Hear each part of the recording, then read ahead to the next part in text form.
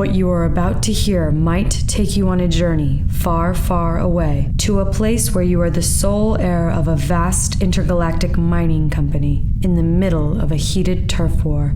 Those of you who succeed under these conditions will have been effectively groomed for something very important. Keep your ear tuned to your subspace radiotator wristwatch.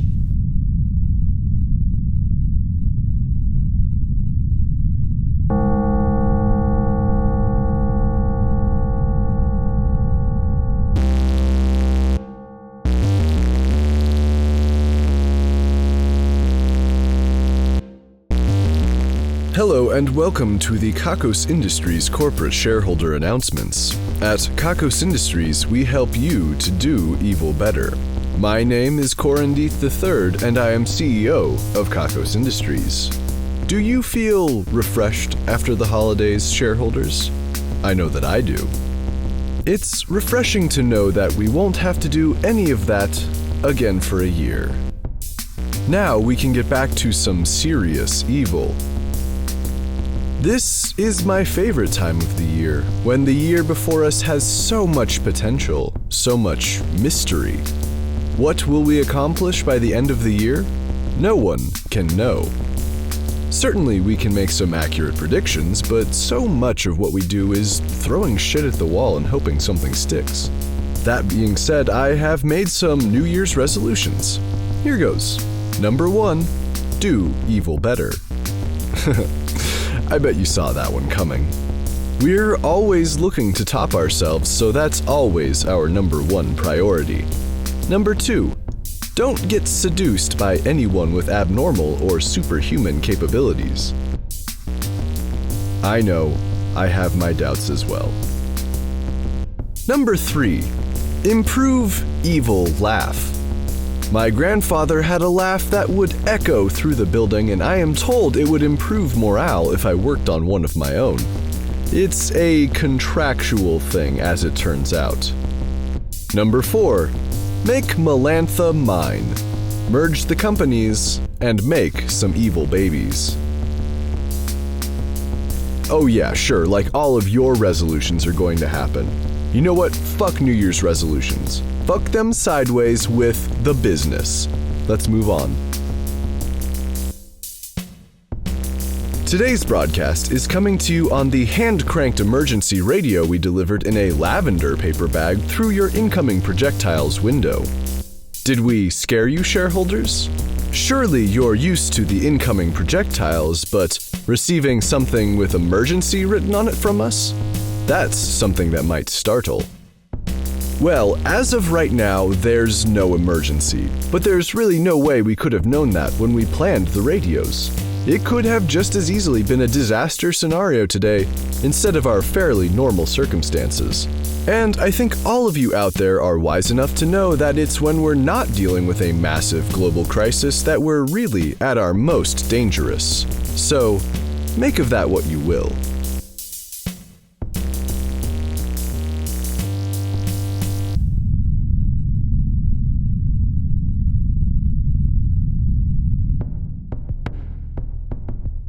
How was your Yule, shareholders? Did you get a visit from Kakos Krampus?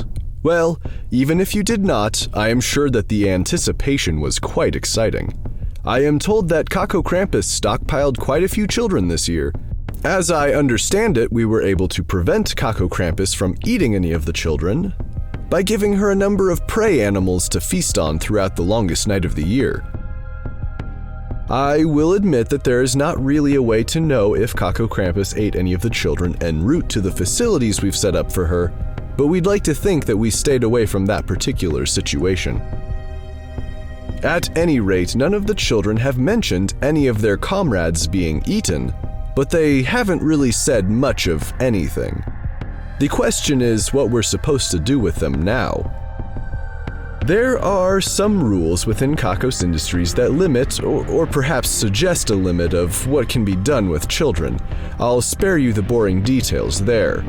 We could return them to their families, yes, but with the skill Kakos Krampus has in discerning evil children from all the rest, we're fairly certain the families won't want any of these particular children back. So for now, they are in the basement daycare holding facility. The good news is that we recently turned on the light down there, so they can see, but I am not certain if they have anything to do besides cry and complain. I have suggested that we should give them some toys or perhaps some evil tools that might teach them a useful evil skill, but I am told that I don't really know what I'm talking about when it comes to children, and that I should leave this to the child-rearing professionals in the division of youth use. I will say that were I a more experienced executive, they would not talk to me that way, but I will defer to their expertise in this case. It may indeed be a waste of evil raw potential to treat these children with the type of kindness you might an ordinary child.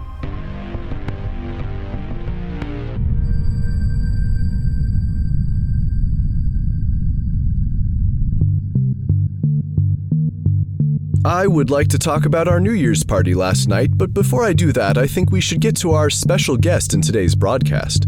Shareholders, I believe you are familiar with Dirk Cornelius Sexplosion, the president of Giant Ass Robots, a subsidiary of Giant Ass Things in general, one of our greatest clients. Giant Ass Robots was responsible for the fireworks show that we all experienced last night. So Dirk, let me start with this. What the fuck, man? I don't know what you're talking about, Corin. The fireworks. What the fuck? There were fireworks. Firework. There was a firework. But what a firework, right? It was one sad firework. Even the sparks that shot out from it seemed to droop and sulk away as they fell to the ground. I'll repeat my question. What the fuck? I'm sorry, Corin. I know I fucked it up. Things have been so hard lately. You know how the holidays are, man. Dirk, the holidays are hard on everyone, and we still managed to get our shit together enough to make them happen. Last night barely happened. It wasn't even a giant-ass firework. You're right. It wasn't even lit by a giant robot. It was lit by me in a drunken stupor in my underwear, drinking DarkMega scotch from the bottle and singing the songs of my people. I failed you, Corin. That's right, and you know what we normally do with failures. Yes. Well, that's not going to happen today because, oddly enough, everyone thought the single sad firework was kind of a thing that we would do, and further that the single sad firework somehow highlighted how dark and empty the sky was. But I'm worried about you, man. What's going on? It's nothing. Obviously not. Is this still about Ass Maximus? No, it's not about Ass Maximus. I got a new dog, Corin. His name is Gluteus.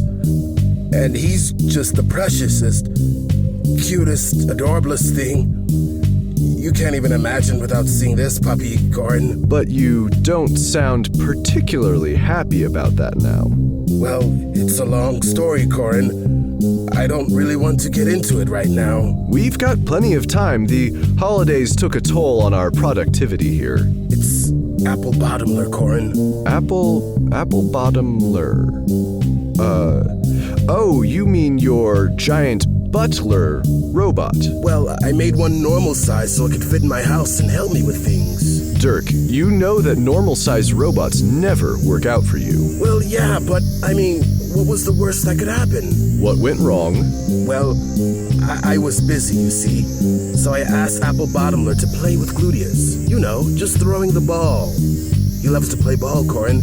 He just doesn't love me anymore. That doesn't make sense, Dirk. It's Apple Bottomler.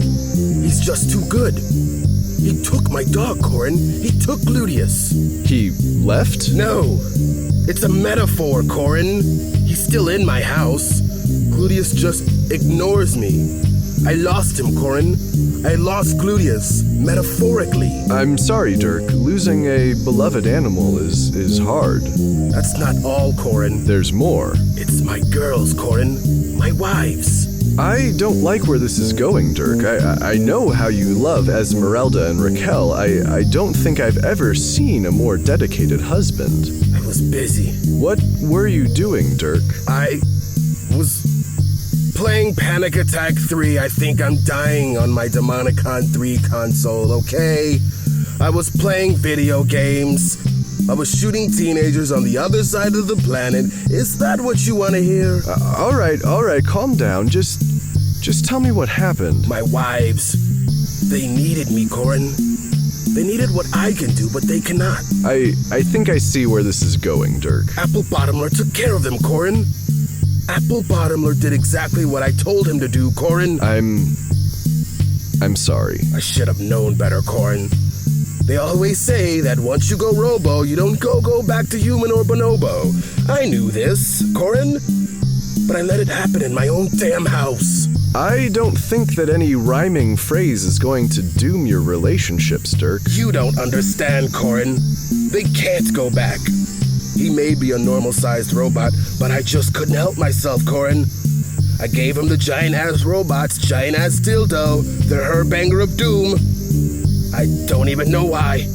I just did. I see your dilemma, Dirk, but as you know, relationships aren't just sex. There's talking and cuddling and being there for them when they need you. Apple Bottomler is better than me at all of that. Why did I let that monster into my home, Corin? That's difficult. I'm sorry to hear that, Dirk. There's still more. Well, what else can there be? I was busy. With Panic Attack 3. Sure, video games. And then I asked Apple Bottomler to fill up my gas tank. Don't tell me... It fucked my truck, Corin. It fucked my truck in the gas tank. It filled it right up. It hasn't driven the same since. It's not the truck I once knew. That's ridiculous. It's gone robo-native, Corin. There's no bringing it back. Robo-Roanoke, Corin. Robo-Roanoke. I'm so sorry, Dirk.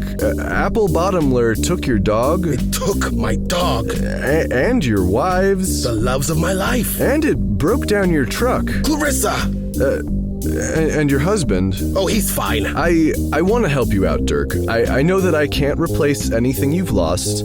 Well, I mean, I could replace them all, but, they wouldn't be the same. But maybe I could help you do something else, like plan revenge. Have you considered just dismantling Apple Bottomler? That's just it, Corin. It would help me to dismantle itself. And dismantling it would leave such a hole in the lives of the women and dog that I love. Such a hole. A big hole. This is going to be a bit more complicated then. Is there anything that the Apple Bottomler loves that you could maybe put your herbanger in? It doesn't get jealous, Corin. You can't make Apple Bottomler mad. It's just too damn helpful. Well, then I hate to say it, but I think the best thing to do might just be to talk with your loved ones and maybe consider deactivating Apple Bottomler. Or at least removing the herbanger. I don't know. The herbanger of doom is kind of an integral design component, Corin. Why? I don't know, Corin. Did Mozart know why he used certain notes? Did Frank Lloyd Wright know why he used certain shapes? Did Pablo Picasso know why he drew the front and side of faces? Did Maya Angelou know why the caged birds sang? Did Chinua Achebe know why things fell apart? Did Einstein know what C meant? I think they did, yeah. Well, I know that if a man loses his willy, he disintegrates, Corin. Disintegrates. I'm not sure that's... Let's not get off track here, Corin. I'm in pain. Even if I made one without a herbanger of doom and somehow it held together with, I don't know, magic, Corin, then I still don't know if they'd want me back. Or if my dog would even want to play with me again. What you're dealing with, Dirk, is inadequacy. I know. But you're adequate. As your friend, I can tell you that you are adequate. More than adequate. But how can I know for sure? Well, here's a thought, Dirk. Why don't you build a robot that you can scientifically test and measure your adequacy on? You mean like an Apple Bottomler, but with parts that will test the limits of my virility and companionship? Exactly. Well, I do have some plans for a giant-ass toothed vagina. But the teeth are kind of an integral design component. And then it's gigantic. How can I satisfy something I could live inside of, Corin? Well, why don't you make the, testing apparatus, without teeth and normal size, but maybe make something else giant ass? Like its feet? Might I suggest a giant ass? It was right in front of me the whole time. And it should monitor your adequacy somehow, give you some feedback, something that you can see or maybe hear. Oh, you mean moaning. I got it, Corin. It's just the thing to get me out of this funk. You want me to build a giant-ass fuckbot, sort of like the one you had me make for one of your clients that looked just like you. Which client was that? I don't remember. There's no time to speak of that now. Inspiration has struck. I must be on my way to my garage, Corin. Okay, well, watch out for Grace Rule on your way out of the building. She might try to scratch a mark of failure into your skin. She will never see me, Corin. I'm a blur of inspiration. Goodbye.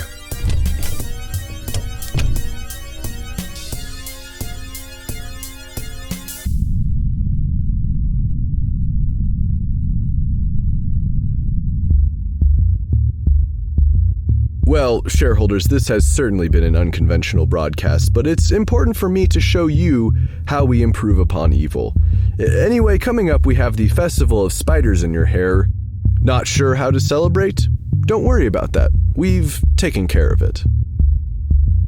This week, we're taking credit for unwanted body hair, folds, and photoshopped models. If you happen to disagree with the idea that we are responsible for those particular things, then go ahead and tell everyone who will listen. They'll never fucking believe you, and then you'll be the crazy one. Shareholders, do you remember when the Wheel of Misery decided that the Damnation and Ruination Squad would have to wear bizarre costumes? Well, I feel inclined to tell you that today they are running around dressed as cows.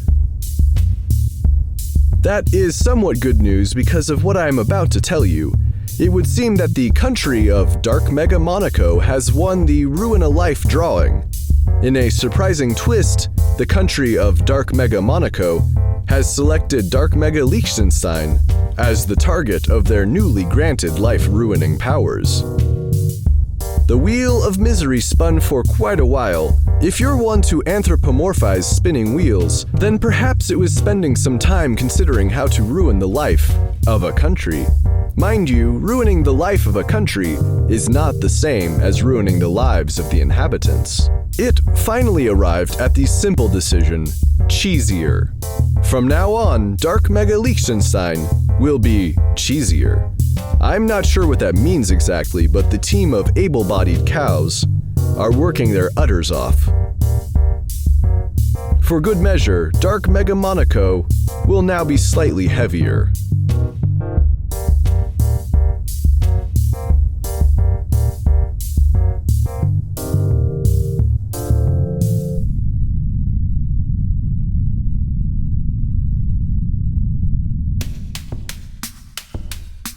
And this brings us to the end of the broadcast. But what about the news from the various divisions, you might be asking? Well, I wasn't exaggerating when I said they were seriously slacking off for the holidays. I'm kind of ashamed. I'll be honest, I have to sneak out of the building to avoid being branded by Grace Rule myself, but with the added bonus of having to sneak back into the building and then out again each day of the next week. If you can avoid her for a whole week, then it cancels out. I usually have some elephant tranquilizers handy, but it appears that I am out. I can see her looking at me through the glass in the door to the studio here, so I guess I'll be leaving through the window. Anyway, here are the numbers. If you happen to find a pattern, be sure to rearrange them to eliminate it. Or just don't listen. 14, 14, 14, 14, 14, 14, 14, 4.